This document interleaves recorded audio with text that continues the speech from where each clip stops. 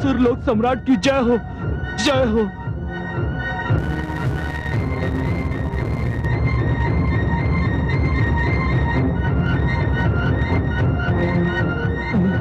कहाँ छिपाया तूने कायर देवताओं को? महाराज, वे तो ये सुनते ही यहाँ से चले गए कि आप इधर पधार रहे हैं। तो इसका अर्थ ये है कि वो यही थे? हाँ महाराज। तो क्या तूने उन्हें शरण दी थी? ये भी सत्य है महाराज। क्यों दी शरण? क्या तूने मेरी घोषणा नहीं सुनी थी कि जो भी देवताओं को शरण देगा वो मेरा शत्रु होगा? मुझसे भूल हो गई महाराज, मुझसे भूल हो गई। इस भूल का दंड तुझे मिलेगा, अवश्य मिलेगा।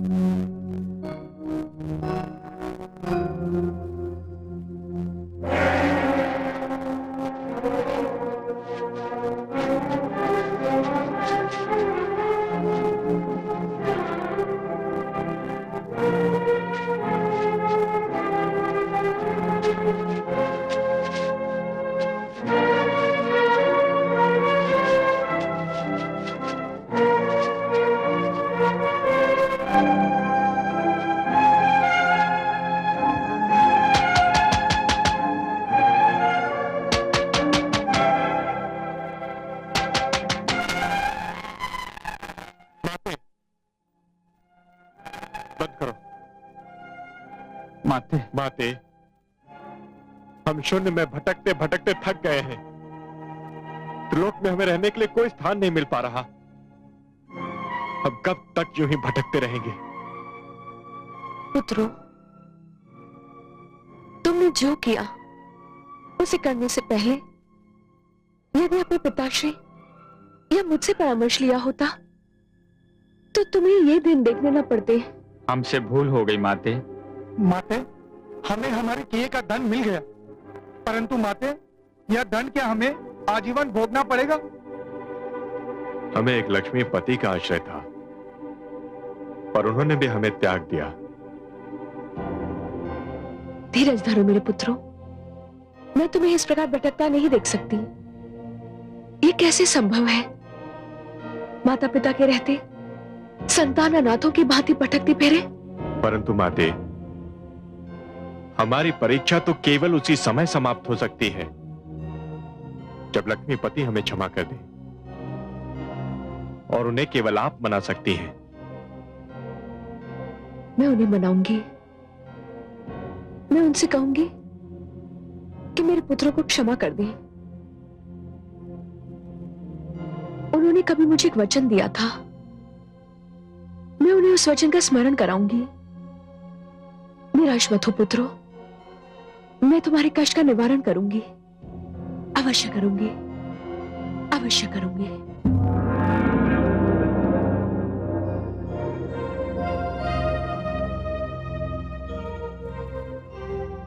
मैं जानती हूँ कमल नयन, इस समय आपके मन में कितनी गहरी उदासी छाई हुई है। उदासी तो आपके नेत्रों से भी झांक रही है महादेवी। क्या करूं? निर्दोष और असहाय मानव पर जब अत्याचार होता है तो आप भी व्याकुल हो उठते हैं और मैं भी तड़प उठती हूँ। बलि ने मानव लोक में जो उथल पुथल मचाई है उस पर मुझे बहुत क्रोध आ रहा है। मैंने आपसे कहा था महादेवी कि आसुरी प्रवृत्तियों को परिवर्तित होने में कई पीढ़ियां बीत जाएंगी, और मैंने यह भी कहा था ना महादेवी कि बलि अपने जीवन के दोराहे पर खड़ा है। हाँ कमल नयन, मुझे आपके मुख से निकला एक एक शब्द स्मरण रहता है, मैं कैसे भूल सकती हूँ। बस मुझे दुख इस बात का है कि इस दोराहे पर पहुंचकर बलि उस मोड़ की ओर मुड़ गया है जो सत्य के मार्ग पर नहीं जाता। मुझे इसका भी दुख है कि उसने मेरी बात नहीं मानी। महादेवी, हर निर्माण में विनाश के और हर उत्थान में पतन के कारण भी छिपे हुए होते हैं। जब भी कोई व्यक्ति ऊंचाइयों पर जाने लगता है तो पतन उसे नीचे लाने के अवसर खोजता रहता है। बलि ने आपकी बात को ना मानकर अपने पतन को अवसर प्रदान किया है। मुझे अपने प्रिय पुत्र प्रहलाद के वंशज के पतन का विचार ही बहुत दुखी कर देता है। बलि ने सब कुछ बदल दिया। पर महादेवी ये मत भूलिए कि बलि का एक गुण प्रशंसा करने योग्य है। वो अपनी बात पर अडिग रहा। उसने जो कहा वही कर दिखाया। हे पद्मनाभ, हे महादेवी, हे नारायण, हे त्रिलोकीनाथ। अरे अरे, देवमाता अदिति, ये आप क्या कर रही हैं देवमाता? अब त्रिलोक में मेरे लिए आपके चरणों के अतिरिक्त कोई स्थान नहीं रह गया है। ये मेरा अंतिम आश्रय है। मुझे अपने चरणों में पड़ा रहने दीजिए। नहीं देवमाता, नारी और माता का स्थान मेरे चरणों में नहीं, मेरे मन में है, मेरे शीश पर है। आज्ञा दीजिए, आप क्या चाहती हैं? मेरे पुत्रों को क्षमा कर दीजिए जगदीश्वर। देवमाता अदिति, आपके पुत्रों ने मेरे विरुद्ध तो कोई अपराध किया नहीं है जिसे मैं क्षमा कर दूं। उन्होंने विरोचन और बलि के प्रति अपराध किया है देवमाता, सो क्षमा भी केवल वही कर सकते हैं। हां, मुझे उन पर रोष अवश्य है और इसीलिए मैंने अपना नाता उनसे तोड़ लिया है। तो आप मेरी विनती मान लीजिए, अपना रोष समाप्त कर दीजिए, उनसे फिर अपना नाता जोड़ लीजिए। आपके बिना मेरे पुत्र तो माता पिता के रहते हुए भी अनाथ हो गए हैं।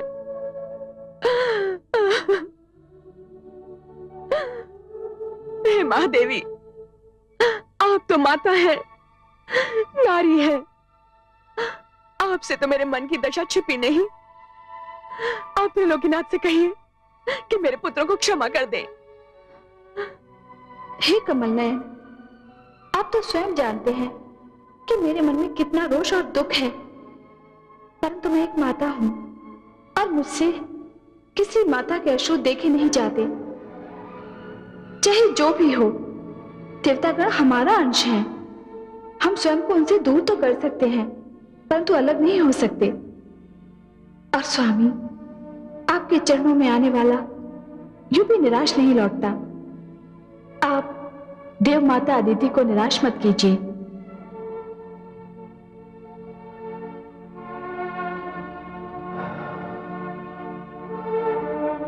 हे महादेवी, यदि आपकी इच्छा है और यदि देवमाता अदिति भी यही समझती हैं कि इससे उनके मन का बोझ हल्का हो जाएगा, तो लीजिए। हे विष्णुप्रिया, हे महालक्ष्मी, मैं आपको साक्षी मानकर देवताओं से अपने संबंध विच्छेद के अंत की घोषणा करता हूं।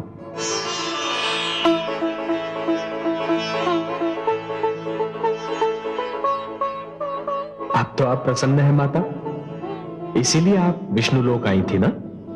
नहीं त्रिलोकीनाथ, ये तो मेरे आने का केवल एक और वो भी छोटा सा कारण था। बड़ा और मुख्य कारण मैंने अभी बताया नहीं।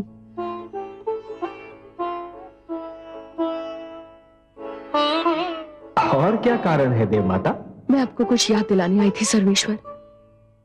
आपको उस दिन का स्मरण है जब मेरे पुत्रों ने माता दिवस मनाकर मुझे सम्मानित किया था?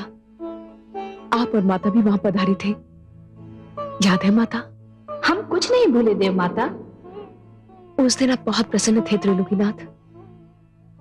मेरे कमल नयन तो ऐसे हैं कि जब कोई संतान अपने माता पिता का आदर करती है तो ये बड़े प्रसन्न हो जाते हैं, और जब कोई संतान अपने माता पिता को दुख देती है तो ये भी दुखी हो जाते हैं। परंतु नारायण, उस दिन तो आप इतने प्रसन्न थे कि आपको अपने अजन्मा होने का दुख हो रहा था, और अब कह उठे थे कि कितना अच्छा होता कि आपका जन्म मेरी जैसी माता के कोख से हुआ होता। हाँ देव माता, मैंने यही कहा था। और फिर आपने वचन दिया था कि कि एक बार मेरे पुत्र बनकर आप मेरी कोख से अवश्य जन्म लेंगे। मैं आपको आपका वही वचन याद दिलाने आई थी सर्वेश्वर।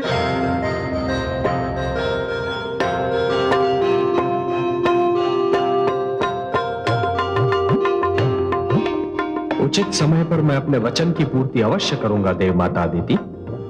समय आ चुका है पद्मनाभ। पुत्र का जन्म उसकी अपनी इच्छा का फल नहीं, माता पिता की इच्छा और सपनों का फल होता है। मेरी इस इच्छा का एक और भी कारण है। वो क्या? मेरी इच्छा है कि आप मेरे पुत्र बनकर जन्म लें और बलि का वध करें। बलि का वध?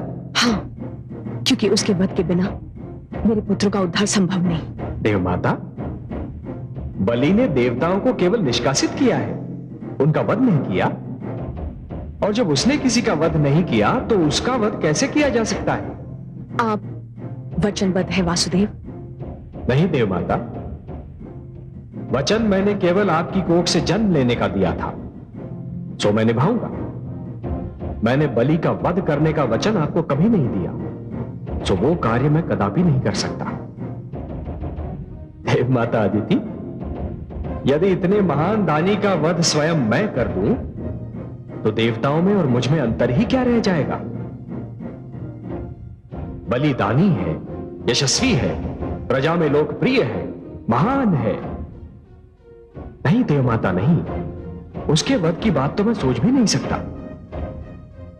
तो फिर मेरे पुत्रों का उद्धार कैसे होगा? वो आप मुझ पर छोड़ दीजिए देव माता। बलि ने केवल एक ही भूल की है, मानव लोक पर आक्रमण करने की, जिसका दंड उसे अवश्य मिलेगा।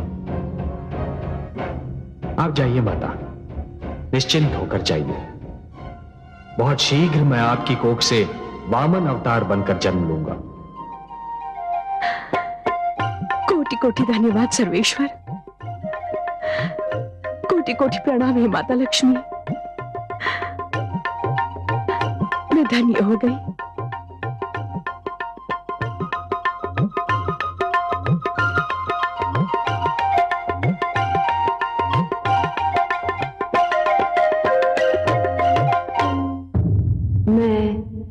मां हूं, धरती मां। आज मेरे आंगन में मेला लगा है। आकाश गंगा उतर आई है मेरी अंगनाई में। ब्रह्मा, सरस्वती, शिव, पार्वती, इंद्र, रति, समस्त देवता अपने गुरु महान ऋषि बृहस्पति समेत मेरे अतिथि बने हुए हैं। कोई बहुत महान घटना घटने वाली है। किसी बहुत शुभ और सुंदर कथा का प्रारंभ होने वाला है। माघ का महीना है, परंतु लगता है बसंत आ गया है। आज शुक्ल पक्ष है, द्वादशी का दिन है और दोपहर की घड़ी है, परंतु मेरी अंगनाई में इंद्रधनुष तना हुआ है। आओ, मेरे साथ मैं तुम्हें ले चलती हूं देव माता अदिति की कुटिया पर, वो दिखाने जो मैं देख रही हूं और देख देख कर धन्य हो रही हूं।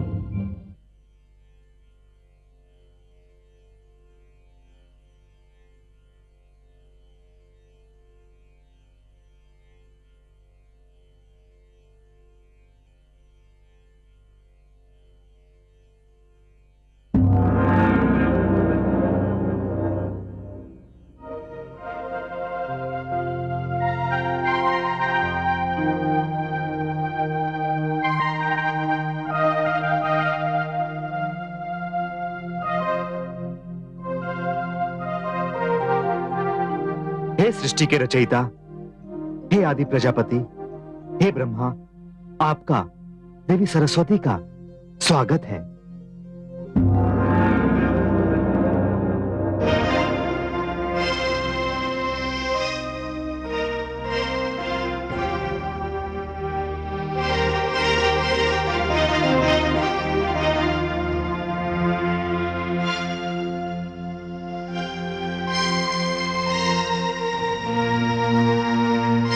हे देवाधिदेव, हे नीलकंठ जटाधारी, हे भगवान शिव शंकर, अपने सेवक कश्यप का प्रणाम स्वीकार करें।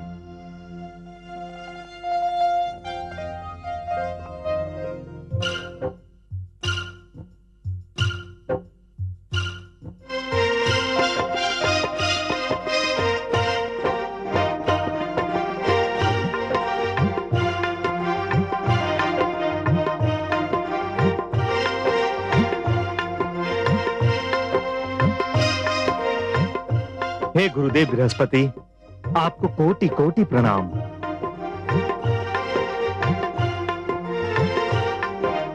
प्रणाम पिताश्री। दीर्घायु भव। बधाई हो ऋषि कश्यप, आज आपके घर में भगवान श्री विष्णु अवतरित हो रहे हैं। हे आदि प्रजापति, क्या कहूं, कैसे कहूं? भगवान श्री विष्णु को धन्यवाद देने के लिए मुझे शब्द ही नहीं मिल रहे। मानो संसार के सारे शब्द छिप गए हों। मैं जो कहता हूं उसे मन में दोहराइए। आपका धन्यवाद त्रिलोकीनाथ तक पहुंच जाएगा। हे समग्र कीर्ति के आश्रय भगवान, आपकी जय हो। हे अनंत शक्तियों के अधिष्ठान, आपके चरणों में मेरा प्रणाम है। ब्रह्मण्य देव, हे त्रिगुणों के नियामक, आपके चरणों में मेरा बारंबार प्रणाम है।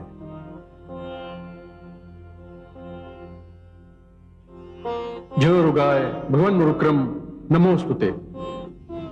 नमो ब्रह्मण्य देवाय त्रिगुणाय नमो नमः।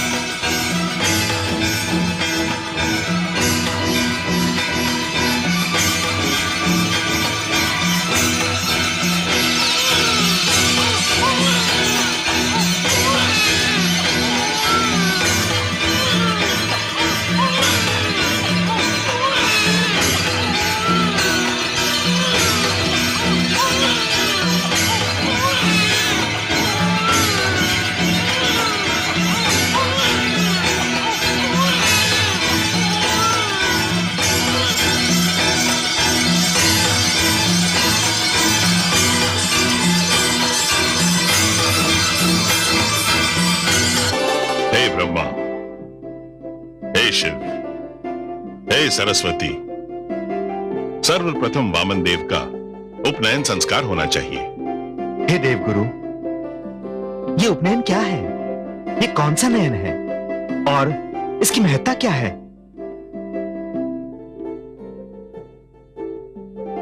इस संस्कार का इससे उत्तम अवसर और क्या हो सकता है कि आप सब यहां उपस्थित हैं। उपनयन में बटे हुए धागे के 6 फेरे सदैव कर्मों के प्रति उत्तरदायित्व का स्मरण कराते हैं। ये स्मरण कराते हैं विद्यार्थी के रूप में ब्रह्मचर्य का पालन, गृहस्थ के रूप में पत्नी तथा परिवार का पालन, एक सामाजिक प्राणी होने के नाते सामाजिक नियमों का पालन, समाज के प्रति अपने उत्तरदायित्व का पालन तथा संन्यास तक क्षमा के समक्ष नियमों का पालन अनिवार्य है। इन नियमों के पालन के लिए भिक्षा भी मांगनी होगी। भिक्षा इस संसार का आवश्यक अंग है। भिक्षा वृत्ति में सबसे कुछ ग्रहण करने की जो इच्छा एवं क्षमता होती है, वो जीवन का प्रारंभ करने वाले के लिए नितांत आवश्यक होती है। धन्यवाद देवगुरु, धन्यवाद। आयुष्मान भव।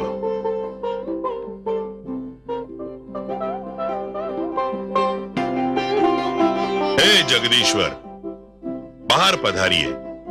उपस्थित वरिष्ठ देवगण से भिक्षा ग्रहण करें।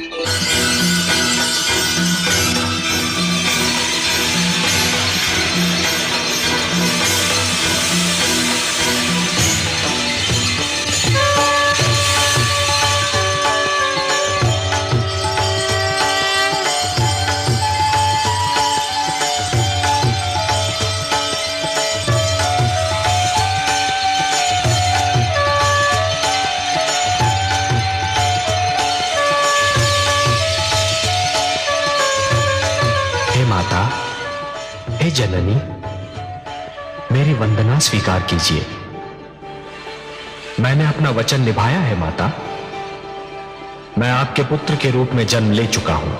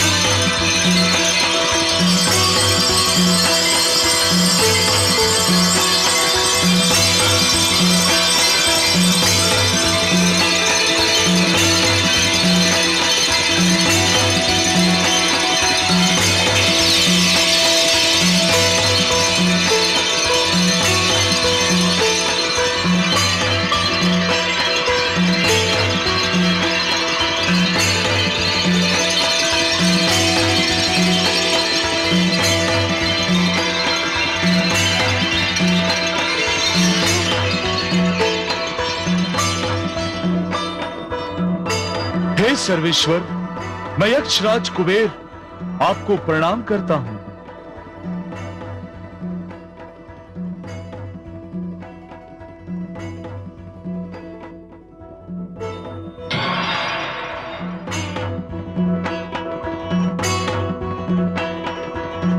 मेरी ओर से भिक्षा पात्र स्वीकार कीजिए।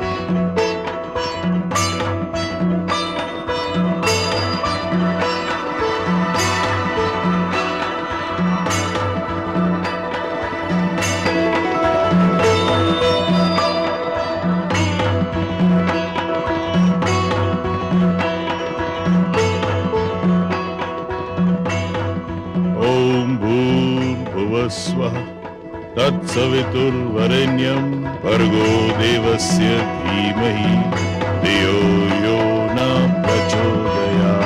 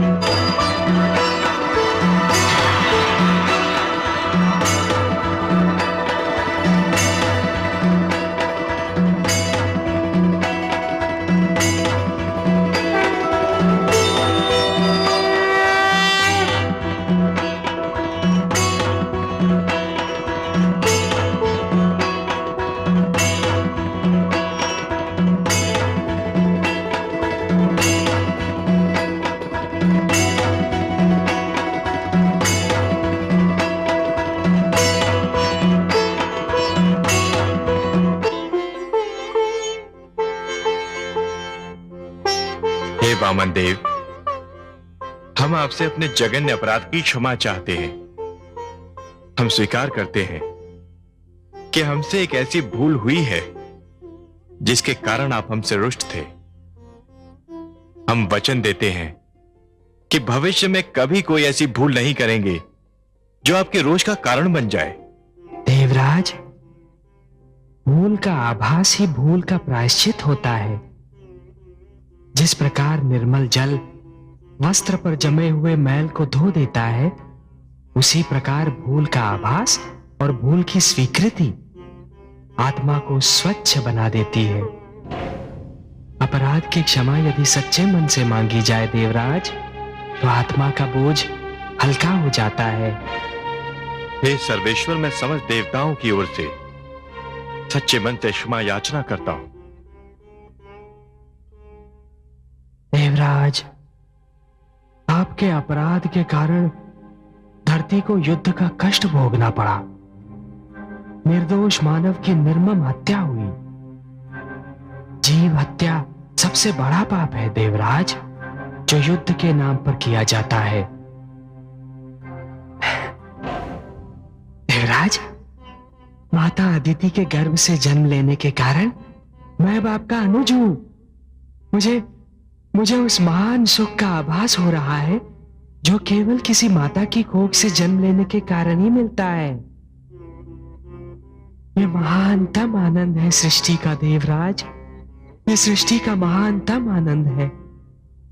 इस आनंद के कारण और आप सबके पश्चाताप के कारण मैं आपको क्षमा प्रदान करता हूं।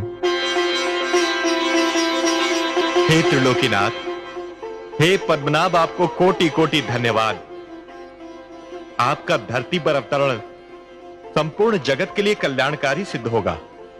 अब जिस रूप में भी दिखाई दे, वही रूप सुंदर और महान है।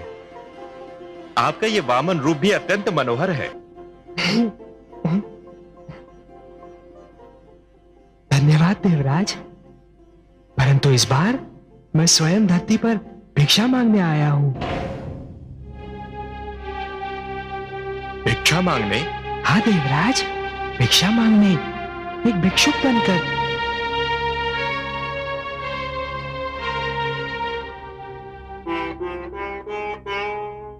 आपकी वाणी सुनकर हम समस्त देवता मूक रह गए। हमें आश्चर्य हो रहा है हे सर्वेश्वर। क्यों आश्चर्य क्यों हो रहा है देवराज? भिक्षा मांगना कोई भला कार्य नहीं। हे जगदीश्वर, भिक्षा मांगना तो एक निकृष्ट कर्म है, निंदनीय कार्य है, सामाजिक अपराध है। भिक्षुक तो दया का पात्र होता है। नहीं देवराज, आप जो कह रहे हैं वो अवश्य ही असत्य नहीं, पर पूर्णतया सत्य भी नहीं। मैं समझा नहीं है नीलकांत। देवराज, वो भिक्षा जो अथक परिश्रम के भय से, शारीरिक कष्ट उठाने के भय से, आलस्य से मांगी जाती है, वो अवश्य ही एक निकृष्ट कर्म है, तो निंदनीय है, एक सामाजिक अपराध है। परंतु भिक्षा के और भी तो रूप होते हैं देवराज। और रूप? और रूप क्या हो सकते हैं जगदीश्वर? देवराज, ध्यान से देखिए तो हर प्राणी जन्म से भिक्षुक ही होता है। उसका सारा जीवन भिक्षा मांगते मांगते ही व्यतीत होता है, और वो जिन वस्तुओं की भिक्षा मांगता है, उन सारी वस्तुओं की निंदा भी नहीं की जा सकती। आप ज्ञान का स्रोत हैं हे नीलकांत, ज्ञान का आधार है।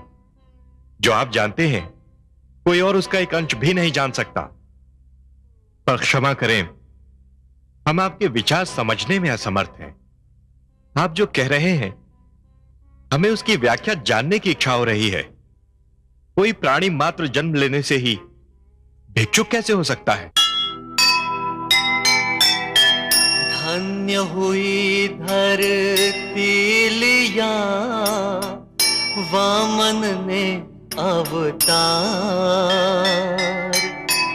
आए मिलकर देवगण देने को उपहार। जाने ये क्या भेद है जो है पालनहार,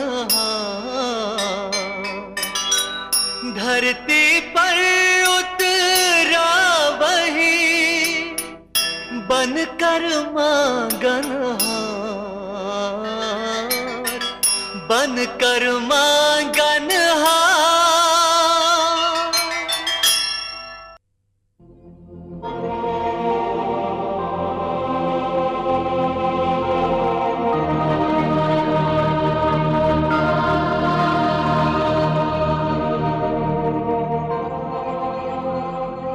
हे त्रिलोकीनाथ, हे पद्मनाभ, आपको कोटि कोटि धन्यवाद। आपका धरती पर अवतरण संपूर्ण जगत के लिए कल्याणकारी सिद्ध होगा। अब जिस रूप में भी दिखाई दे वही रूप सुंदर और महान है। आपका ये वामन रूप भी अत्यंत मनोहर है। धन्यवाद देवराज, परंतु इस बार मैं स्वयं धरती पर भिक्षा मांगने आया हूं। भिक्षा मांगने? हाँ देवराज, भिक्षा मांगने, एक भिक्षुक बनकर।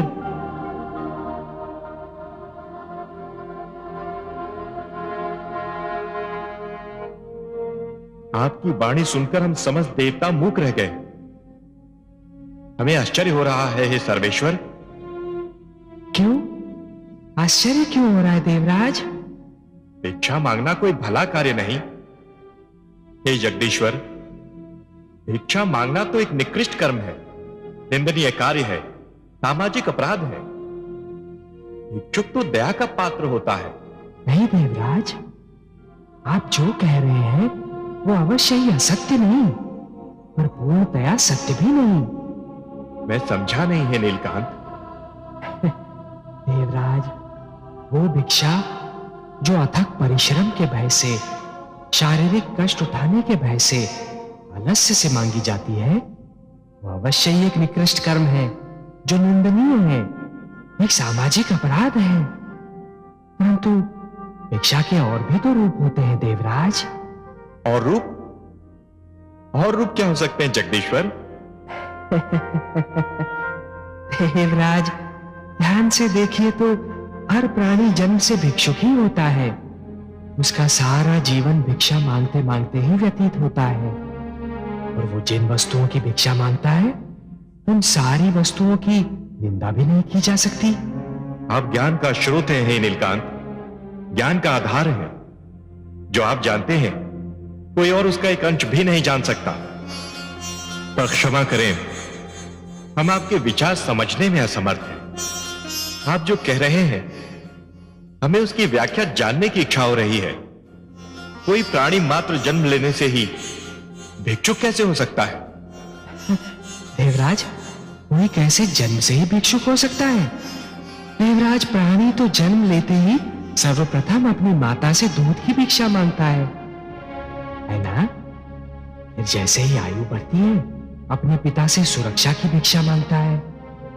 एक शिष्य के रूप में अपने गुरु से ज्ञान और विद्या की भिक्षा मांगता है। नई पीढ़ियां पुरानी पीढ़ियों से उनके अनुभव की भिक्षा मांगती हैं।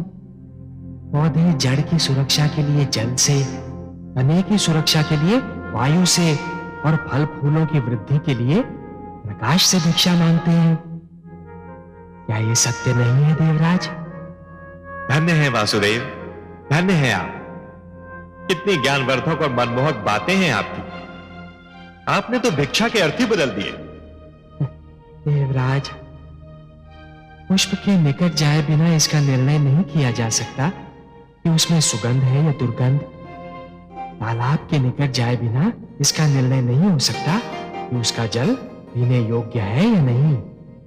और उसी प्रकार किसी भी वस्तु को ध्यान से देखे बिना इसका निर्णय नहीं हो सकता देवराज कि उस वस्तु में गुण है या अवगुण। देवराज, हर वो भिक्षा महान है जो ज्ञान में वृद्धि करती है। और अभी तो आपने स्वयं मुझे भिक्षा मांगते देखा। आपने हमारे नेत्र खोल दिए त्रिलोकीनाथ। भिक्षा सदैव शीश नवाकर मांगी जाती है देवराज। सिर का झुकना मन और मस्तिष्क में भरे हुए अहंकार की मृत्यु की घोषणा है। अहंकार, जो प्राणी का सबसे महान वैरी है।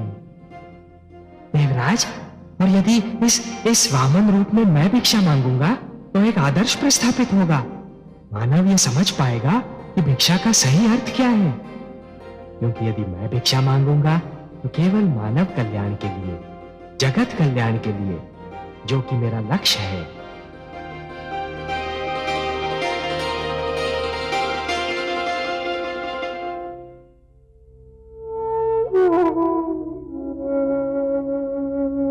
देवी,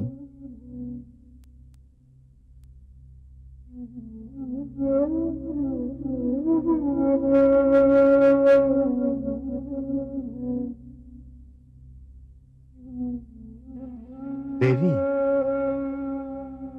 स्वामी, आप कहाँ खो गई थी आप, जो आपको मेरे आने तक का आभास नहीं हुआ?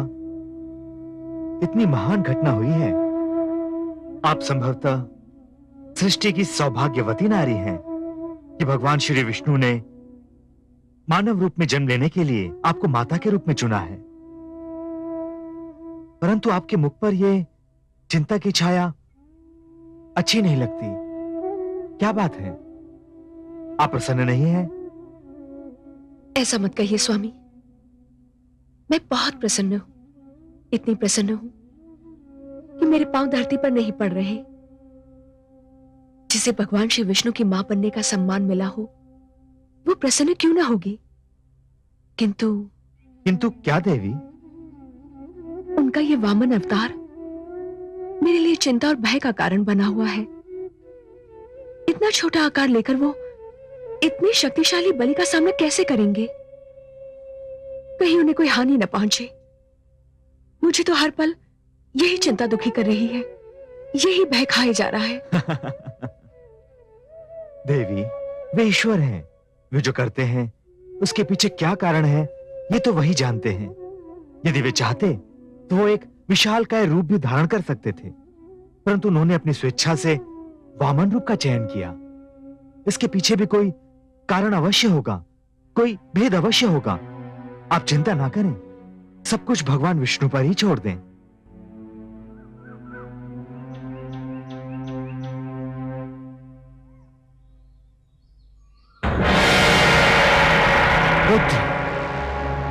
पुत्र बलि, पुत्र बलि!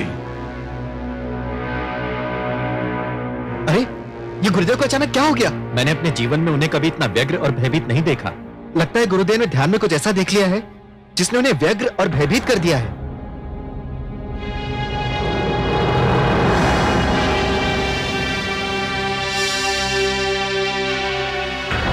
पुत्र बलि, पुत्र बलि! गुरुदेव,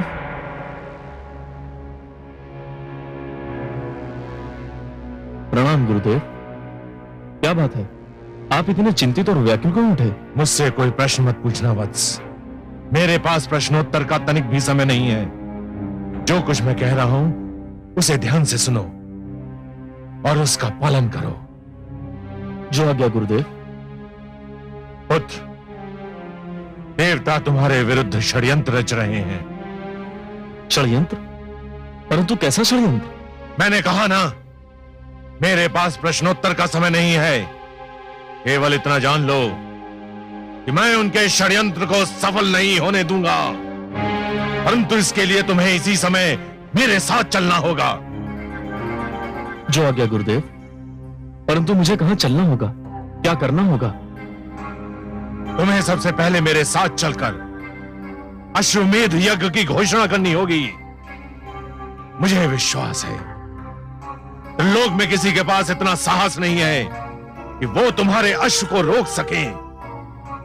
और यदि अश्वमेध यज्ञ की समस्त क्रिया संपूर्ण हो गई तो देवताओं का षड्यंत्र विफल हो जाएगा।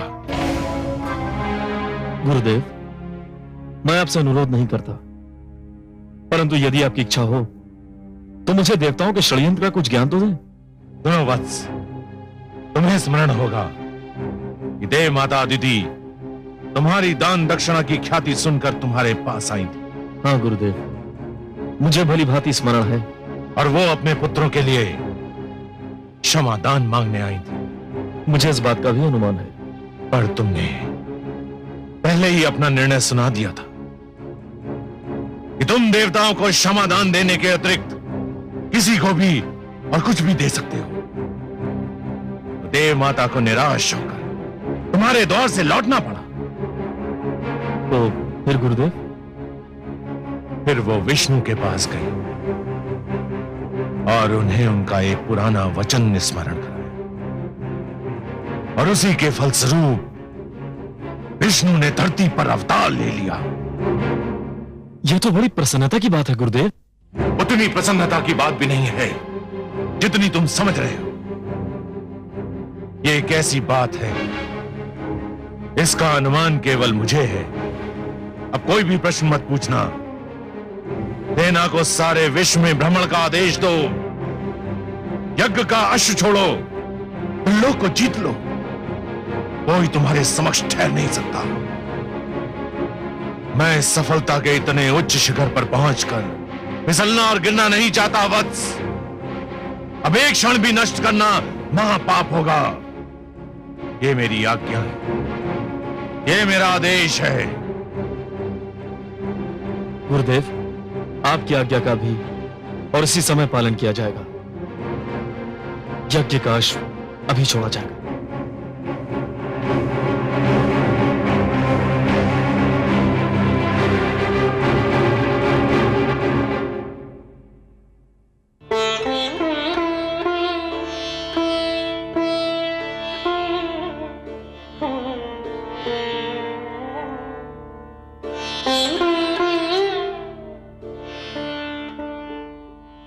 मुझे जाने की अनुमति दीजिए माता श्री। जाने की अनुमति? कहाँ जाने की पुत्र? मुझे अपने जन्म का कारण सिद्ध करना है। कैसे अनुमति दूं मेरे प्रिय पुत्र? अभी तो मैंने तुम्हें जी भर के निहारा भी नहीं है। तुम्हें अपने स्नेह सागर से एक बूंद भी नहीं दे सकी हूं। माता, मैं तो आपका पुत्र बन के जन्मा हूं। आपके स्नेह पर मेरा अधिकार सदैव रहेगा। परंतु सर्वप्रथम मुझे मानव कल्याण का लक्ष्य प्राप्त करना है। मुझे बलि के पास जाना है माता। बलि के पास? परंतु पुत्र, वो बहुत शक्तिशाली है, बहुत विशालकाय है, और तुम? और मैं देखने में दुर्बल और आकार में छोटा हूं, यही कहना चाहती है ना आप? हाँ पुत्र। माता, साहस का आकार शरीर के आकार पर निर्भर नहीं होता, और भीतरी स्वरूप बाहरी रूप पर निर्भर नहीं होता। और फिर इस बार तो मैं अहिंसा का संदेश लेकर आया हूं ना। आपका पुत्र बनकर जन्म लेने से पहले ही मैंने ये कह दिया था माता कि मेरा लक्ष्य बलि से युद्ध करना नहीं है, उसका वध करना नहीं है। मुझे तो केवल उसके अहंकार का नाश करना है। मुझे बलि को यह जताना है माता कि मैं सब कुछ सहन कर सकता हूं, परंतु मानव पर अत्याचार और मानव हत्या कदापि सहन नहीं कर सकता। मुझे उसे यह बताना है कि विश्व विजेता होकर भी कोई भी ईश्वर से बड़ा नहीं हो जाता। उसे यह समझाना है माता कि दानी होने का अर्थ यह नहीं है कि कोई महानतम हो गया, ईश्वर से भी बड़ा हो गया, क्योंकि ईश्वर जो दान दक्षिणा की सामग्री देता है, भंडार देता है, वही सबसे महान होता है। हे माता, उसे मुझे यह भी समझाना है कि ईश्वर धनवानों का चुनाव केवल इसलिए करता है कि वो धन निर्धनों तक पहुंच जाए। और ये सब कुछ बताने के लिए मेरा बलि के पास जाना अनिवार्य है माता। मुझे अनुमति दीजिए।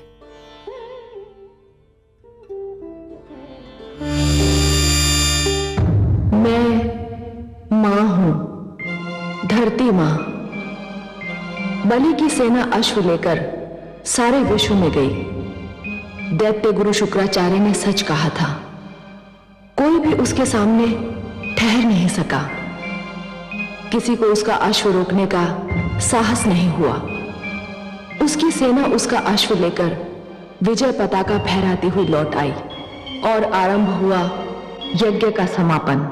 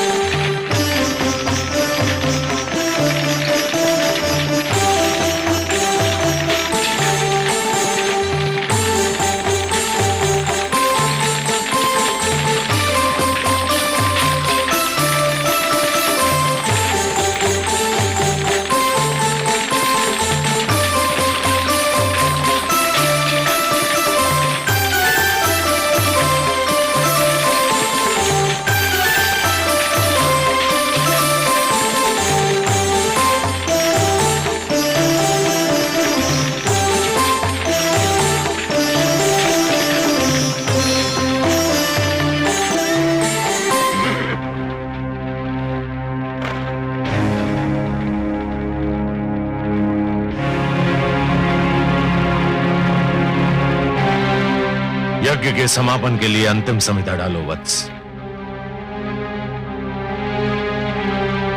ओम भवतु भिक्षाम देहि।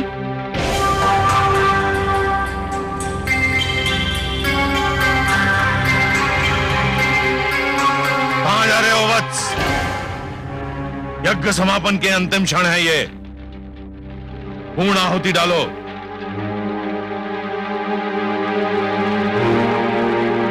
ओम भवतु भिक्षाम देहि।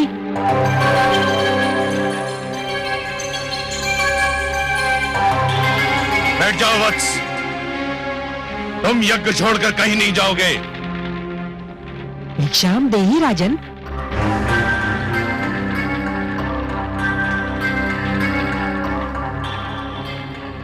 क्षमा करें गुरुदेव, किंतु बलि के द्वार पर कोई भिक्षुक आए और उसे भिक्षा के लिए दूसरी बार भी गुहार करनी पड़े तो बलि की दानी वृत्ति को 100 बार धिक्कार है। अब मैं नहीं रुक सकता। वत्स, रुक जाओ वत्स, रुक जाओ।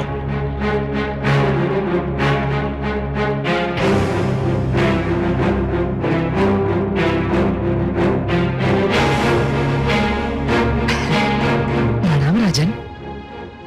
प्रणाम ब्राह्मणदेव। कहिए, क्या चाहिए आपको? राजन, मैं तो एक साधारण ब्राह्मण हूँ और एक ब्राह्मण भिक्षा के अतिरिक्त और क्या चाह सकता है? क्या भिक्षा चाहिए आपको? स्वर्ण, गोधन, गजधन, हीरे, मोती? नहीं राजन, मुझे इनमें से कुछ भी नहीं चाहिए। ब्राह्मणदेव, तो फिर जो भी आवश्यकता हो आपकी मेरे सामने व्यक्त कीजिए।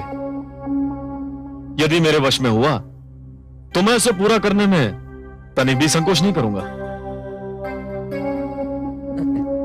राजन, राजन, मुझे तो केवल 3 पग भूमि चाहिए। 3 पग भूमि? ब्राह्मणदेव, क्या करेंगे आप 3 पग भूमि का? मैंने तो ये सुना था कि दानी बलि में ये पूछता है कि वो दान किसे दे रहा है और मैं ये पूछता है कि वो दान में क्या चाह रहा है। ब्राह्मणदेव, मैंने 3 पग भूमि मांगने का कारण इसलिए नहीं पूछा था कि मैं प्रयास करना चाहता हूं। तो फिर क्यों पूछा? मैंने इसलिए पूछा था ब्राह्मणदेव, यदि कोई ऐसा व्यक्ति 3 पग भूमि मांगे जिसका आकार साधारण व्यक्ति की तरह हो तो भी उसका कुछ भला ना होगा, और आप जैसे आकार वाले व्यक्ति के 3 पग तो और भी कम स्थान घेरेंगे, उसमें तो साधारण व्यक्ति खड़ा भी ना हो पाएगा। राजन, मैं ये 3 पग भूमि किसी साधारण व्यक्ति के लिए नहीं मांग रहा हूँ, स्वयं अपने लिए मांग रहा हूँ। आप में क्षमता हो तो भिक्षा दान करें, नहीं तो मैं आगे बढ़ूं। मैं आपको यहां से कहीं नहीं जाने दूंगा ब्राह्मणदेव। मुझे तो यह सोचकर आश्चर्य हो रहा है कि आप महासागर से केवल एक बूंद पानी मांग रहे हैं, पर्वत से केवल एक कण चाहते हैं। आप मुझसे केवल 3 पग भूमि मांग रहे हैं और मैं क्षुब्ध हो रहा हूं कि इतना छोटा, इतना साधारण, इतना तुच्छ दान लेते हुए आपको तो लज्जा नहीं आ रही है, किंतु ब्राह्मण देव देते हुए मुझे लज्जा आ रही है। मांगिए ब्राह्मण देव, कुछ ऐसा मांगिए कि जिसे देते हुए मुझे प्रसन्नता हो, गर्व हो।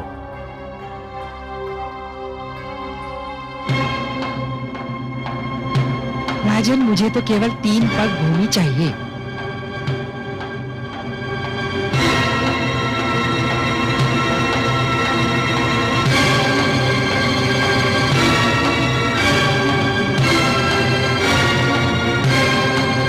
कुछ मत देना वत्स, इस ब्राह्मण को कुछ मत देना, इसे कुछ मत देना वत्स, इस ब्राह्मण को कुछ मत देना। गुरुदेव, किंतु क्यों? इधर आओ, ये ब्राह्मण नहीं है। तो फिर कौन है ये छलिया है, ये स्वयं विष्णु है। श्री विष्णु भगवान? हाँ, विष्णु, जिसे तुम सब बड़े आदर से श्री विष्णु भगवान कहते हो, परंतु मैं जानता हूं ये कौन है, क्या है। देखो ना, आज भी वामन रूप में हमें ठगने आ गया है। नहीं गुरुदेव, नहीं। आप तो भली भांति जानते हैं कि मैं माता लक्ष्मी का कितना बड़ा उपासक हूं। मैंने तो उनसे भी कहा था कि मैं भगवान विष्णु के दर्शन करना चाहता हूं, जो मेरे दादा श्री प्रहलाद के पूज्य हैं। गुरुदेव, मैं कितना सौभाग्यशाली हूं कि आज भगवान स्वयं चलकर मेरे द्वार पर आए हैं। मैं तो प्रसन्नता से फूला नहीं समा रहा हूं। मूर्ख मत बनो, तुम विष्णु को नहीं जानते हो।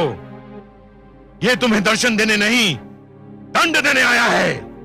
गुरुदेव, भगवान यहां किस लिए आए हैं मेरे लिए कोई महत्व नहीं रखता। वे यहां आए हैं, मेरे लिए बस यही महत्वपूर्ण है। मैं जिनके दर्शन के लिए इतना व्याकुल था, वे मेरे सामने हैं। क्या इससे बड़ा सौभाग्य संभव है? और वो भी भिक्षुक बनकर? ये सब एक ढोंग है, एक छलावा है। तुम इसके छल में मत आना।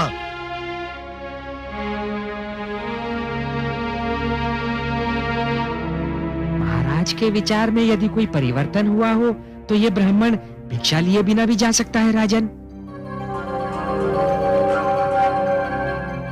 नहीं भगवान, नहीं। तो फिर मेरी 3 पग भूमि? मैंने दे दी भगवान, मैंने दे दी। यूं नहीं महाराज, संकल्प लेना होगा। अवश्य।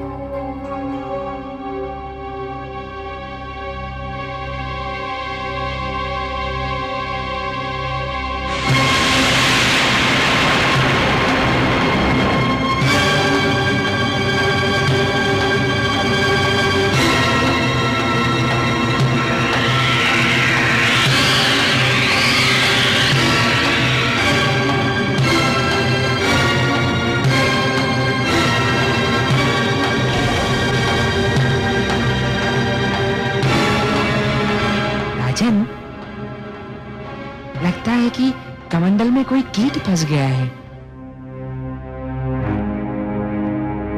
एक क्षण, मेरा छाता।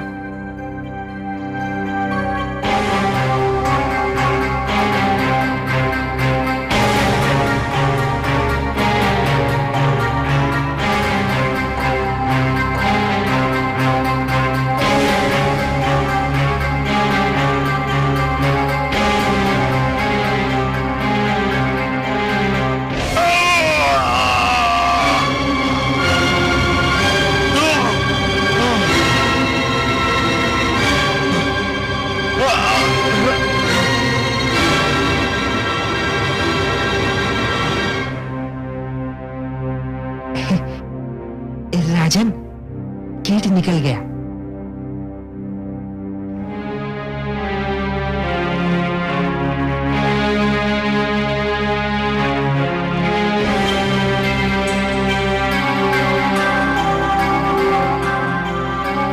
हे ब्राह्मण देव, मैंने संकल्प ले लिया, मेरे अहोभाग्य के संसार को सब कुछ बांटने वाला आज मुझसे केवल 3 पग भूमि की याचना कर रहा है। ब्राह्मण देव, नाप लीजिए 3 पग भूमि, मेरा दान स्वीकार करके मुझे धन्य कर दीजिए। तो लो वत्स, मैं 3 पग नापता हूं।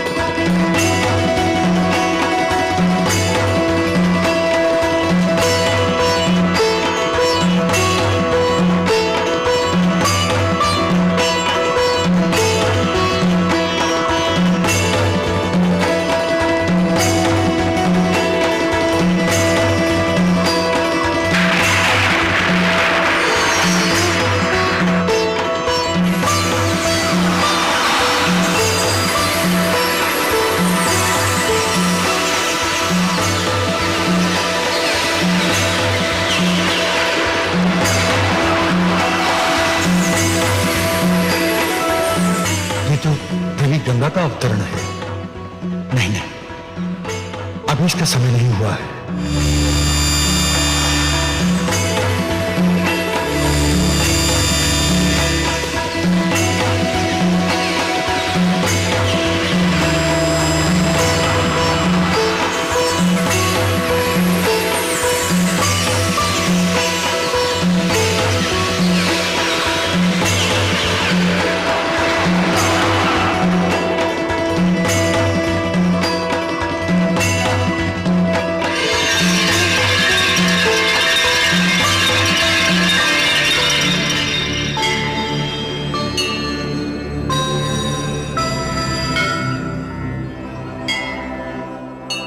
हे आदि प्रजापति, मुझे अपने कमंडल से मुक्त करने की कृपा कीजिए।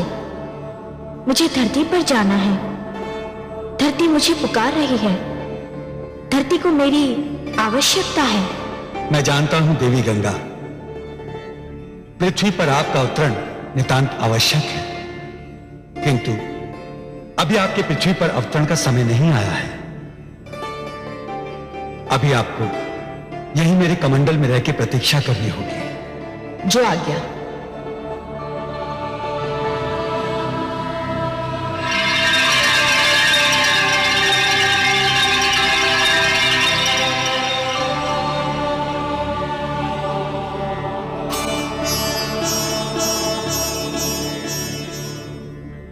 हे बलि, मैंने पहला पग उठाकर समस्त धरती और पाताल को नाप लिया है।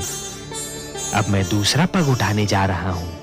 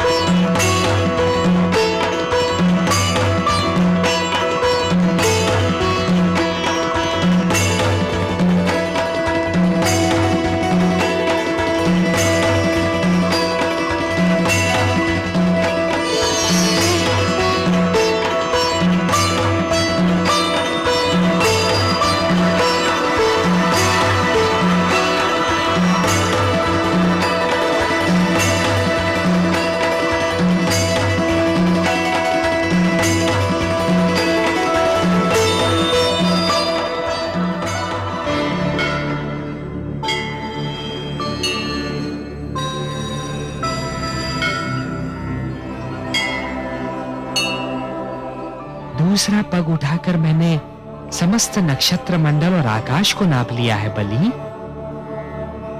मैं जानता हूं ब्रह्मदेव। तब तो ये भी स्मरण होगा कि मैंने 3 पग भूमि मांगी थी। प्रभु, मुझे इस बात का भी भली भांति स्मरण है। और अब तीसरा पग रखने के लिए कोई स्थान शेष ही नहीं है। यह भी जानता हूं प्रभु। हे बलि, क्योंकि तीसरा पग धरने के लिए कोई स्थान शेष नहीं है। यदि तुम चाहो तो मैं तुम्हें तीसरा पग क्षमा कर सकता हूं। नहीं प्रभु, ऐसा मत कहिए। जिन हाथों ने आज तक बलि से दान स्वीकार किया है वे हाथ साक्षी हैं। जिन आंखों ने आज तक बलि को दान देते हुए देखा है वे आंखें साक्षी हैं। जिन कानों ने आज तक बलि की दानी प्रवृत्ति की ख्याति सुनी है वे कान साक्षी हैं कि बलि कभी अपने संकल्प से नहीं फिरता है। बलि ने सदा अपने हाथ खोलकर और नेत्र बंद कर दान दिया है। प्रभु, बलि ने आपको 3 पग भूमि दान करने का वचन दिया है। प्रभु, तो आपको अपना तीसरा पग उठाना ही पड़ेगा। उठा तो लो बलि, परंतु प्रश्न ये है कि उसे रखूंगा कहां? कोई स्थान शेष ही नहीं रहा। मैं जानता हूं प्रभु, मैं ये भली भांति जानता हूं कि आपके दोनों पगों ने ये सारी सृष्टि, मेरा सारा राजपाट और जो क्षेत्र मैंने जीते थे वे भी नाप लिए हैं। अब केवल एक ही स्थान बचा है जिस पर मेरा अधिकार है, जो मेरा है। मैं तुम्हारा वाक्य पूर्ण होने की प्रतीक्षा कर रहा हूं बलि। वो कौन सी वस्तु है जिस पर अब भी तुम्हारा अधिकार है? प्रभु, वो वस्तु है मेरा शरीर। बस अब मेरी काया ही बची है जिसे मैं अपनी कह सकता हूं, जिस पर अब भी मेरा अधिकार है। प्रभु, आप अपना तीसरा पग मेरे शीश पर धरिए ताकि संसार ये जान ले कि बलि केवल देना नहीं वचन निभाना भी जानता है। प्रभु, कृपा करके उठाइए अपना पवित्र पग और धर दीजिए मेरे शीश पर। प्रभु, ये मेरा आग्रह भी है, मेरा हट भी है और मेरी विनती भी है। हे बलि, यदि तुम्हारी यही इच्छा है और यदि तुम ये समझते हो कि इसी में तुम्हारा उद्धार है तो मैं ऐसा ही करूंगा।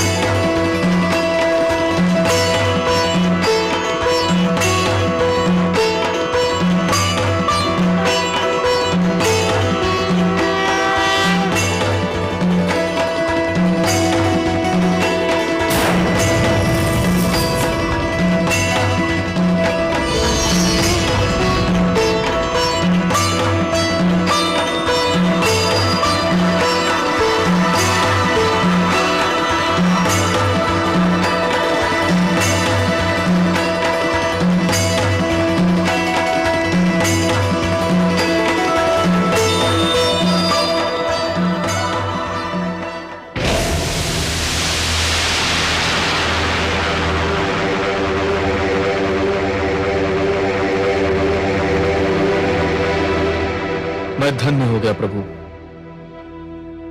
मैंने अपना वचन निभा दिया। हाँ बलि, तुमने अपना वचन निभाया तो सही, पर जानते हो कि यह सब मैंने क्यों किया? हे प्रभु, आपके अतिरिक्त आपकी लीला और कौन जान सकता है। मैं तो केवल इतना जानता हूं कि संभवतः इसी में मेरा उद्धार निहित है। बलि, तुमने अपने जीवन का प्रारंभ बड़े शुभ और उत्तम ढंग से किया था, परंतु जब तुम जीवन के दोराहे पर पहुंचे तब तुम उस मार्ग पर चल पड़े बलि जिस पर असत्य का डेरा था, अहंकार का अंधेरा था। यह वो मार्ग नहीं था बलि जो मेरे भक्त प्रहलाद ने चुना था। यह तो हिरण्यकशिपु की प्रवृत्ति का मार्ग था, जिसके दमन चक्र को रोकने के लिए स्वयं मुझे नरसिंह अवतार धारण करना पड़ा था। जगदीश्वर का लक्ष्य है मानव का कल्याण। आए वामन रूप में धरती पर भगवान। दो पग में भगवान ने नापे दोनों धाम। जो सुनेगा ये पुराण पाएगा सुख और ज्ञान। पाएगा सुख और ज्ञान। कर्म को ही धर्म जान, प्रेम की तू छेड़तान। प्रेम की तू छेड़तान। बीते युग बता रहे हैं, बीते युग बता रहे हैं, सत्य पथ पे चल सुजान। विष्णु पुराण